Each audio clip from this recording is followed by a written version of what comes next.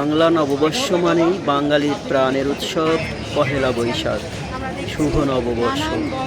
বর্ণিল আয়োজনে বাংলা নববর্ষ 1433 বঙ্গাব্দ উদযাপন করতে সমবেত হাজারো মানুষ, শিশু থেকে বৃদ্ধ সবাই মেতে উঠেছে আনন্দে।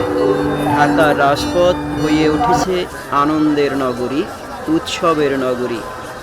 ঢাকা বিশ্ববিদ্যালয়ের চারুকলা অনুষদের আয়োজনে অনুষ্ঠিত হয় বৈশাখী শোভাযাত্রা। এই শোভাযাত্রা শুধু একটি উৎসব নয়, এটি বাঙালির আশা, সাহস এবং অশুভ শক্তির বিরুদ্ধে প্রতীকী প্রতিবাদ।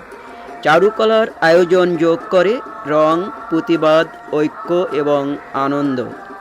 রঙিন এ শোভাযাত্রায় দেখা যায় রঙিন মুখোশ, বিশাল মোরগ, পায়রা, হাতি ও ঘোড়ার প্রতিকৃতি, পাখি ও নানা লোকজ শিল্প, গ্রামীণ ঐতিহ্যের নানা চিত্র। প্রতিটি শিল্পকর্ম মূলত অশুভ শক্তিকে দূরে রেখে নতুন বছরের মঙ্গল ও কল্যাণ কামনার প্রতীক।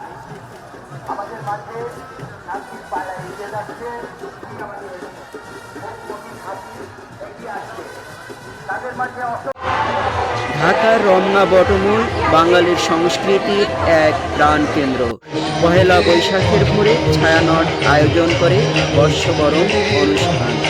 এটি ঐতিহ্য, ইতিহাস এবং সাংস্কৃতিক পরিচয়ের প্রতীক। ছায়ানটের শিল্পীরা ভোরের আলো ফোটার সঙ্গে সঙ্গে গেয়ে ওঠেন এসো হে বৈশাখ, এসো এসো।